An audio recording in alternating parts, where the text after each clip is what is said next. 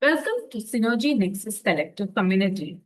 Hi, just to briefly introduce myself, I'm Deepthi Kuriachan. I help high potential professionals resolve workplace situations effectively, transform them from overthinking and invisible to confident, influential, promotion ready leaders using emotional intelligence, practical communication skills through my system named Workplace Broad System. So, today, in this video, we're going to speak about the power of active listening. Okay, so as an introduction, we will talk few pointers on the power of active listening. Then we'll talk about what is active listening and what it isn't. Then a technique, one, which is talking about the non-verbal cues and the body language. And technique two, which talks about the reflective listening and paraphrasing. Then technique three, which is about asking clarifying questions. And next, there will be a section on overcoming listening barriers and practical exercises and next steps, and how to get into my private learning ecosystem by clicking the link. Okay, so this will be the order of the video. Now, let us talk about the introduction, which is the power of active listening. So, have you ever walked out of a meeting feeling misunderstood? Or maybe you have spoken to someone who nodded the entire time, but clearly didn't hear a word you said. In today's fast moving professional world, most people listen to respond, not to understand. And that's exactly why active listening has become one of the most valuable communication skills in leadership, teamwork, relationships, sales management, and career growth. The truth is, people may forget your words, but they never forget how you make them feel. When people feel heard, they feel respected. When they feel respected, trust grows. And trust is the foundation of every successful workplace relationship. In this video, you will learn what active listening truly means, powerful listening techniques professionals use, common listening barriers, and practical exercises to improve immediately. So, let us jump in. Now, what is active listening and what isn't? Active listening is more than simply hearing words. Hearing is automatic, listening is intentional. Active listening means being fully present, emotionally aware, genuinely focused on understanding the speaker's message, emotions, and intent. But here is what active listening is not: interrupting constantly, mentally preparing your reply while other person speaks, jumping to conclusions, giving instant advice without understanding, looking at your phone during conversations. So many workplace conflicts happen not because people are bad communicators, but because they don't feel heard. Imagine this. A team member shares a concern. Instead of listening fully, the manager immediately says, "Don't worry about it." Sounds positive, right?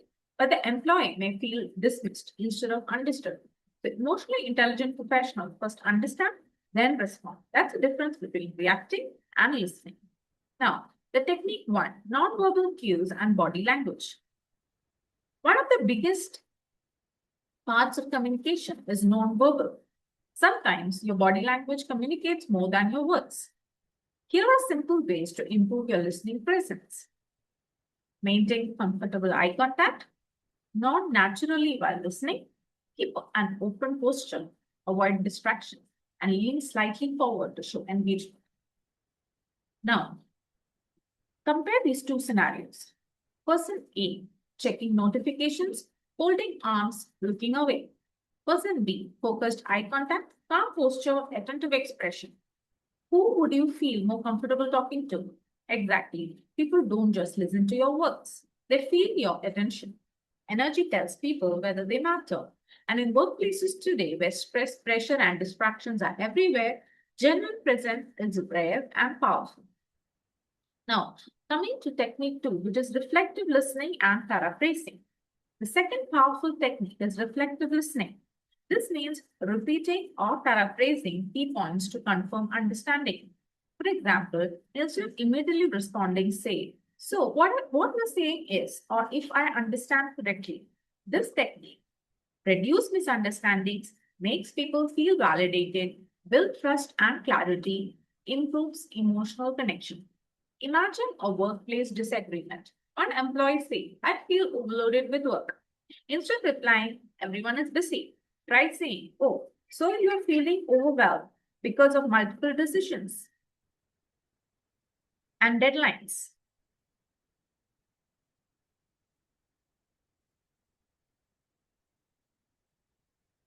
Notice the difference. The second response creates understanding instead of defensiveness. And reflective listening is one of the most powerful emotional intelligence tools leaders can develop because people calm down when they feel understood.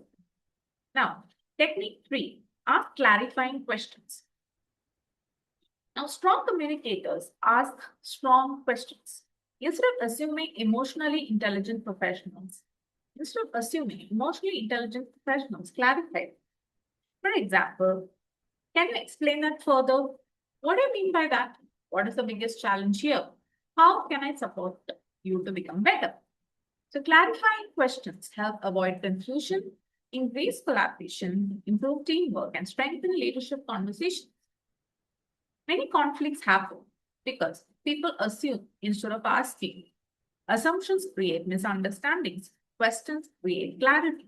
And remember, listening is not about winning conversations, it's about understanding people. The best leaders are not always the loudest voices in the room, sometimes they are simply the best listeners. Now, coming to overcoming listening barriers. Now, let's talk about some common barriers that stop people from listening effectively.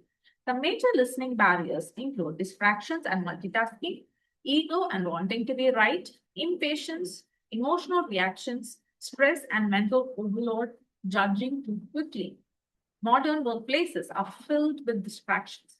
People are replying to emails, checking phones, thinking about deadlines, all while pretending to listen. But active listening requires intentional focus. One simple habit that changes conversations: pause before responding. That small pause creates awareness instead of impulsive reactions. Another important point: you don't need to agree with someone to listen respectfully. Listening is about understanding perspectives, not always accepting them. Emotionally intelligent communication creates calmer workplaces, stronger collaboration, and healthier relationships.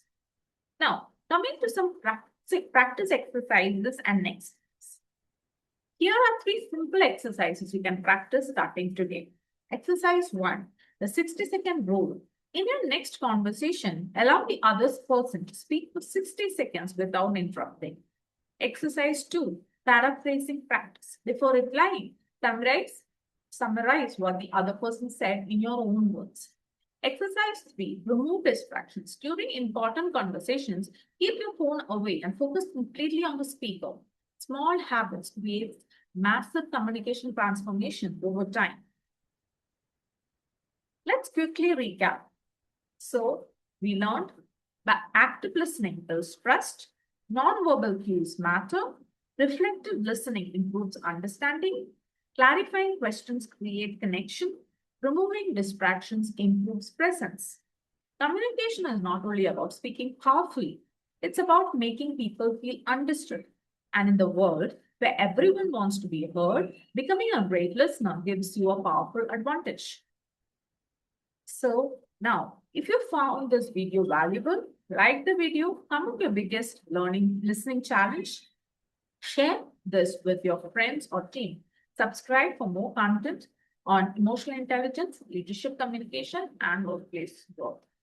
See you in the next video. Also, click the link below, which is given in the mind map, to enter into my private learning ecosystem, where I'll be updating my future webinars, courses, everything. See you in the next one. Bye.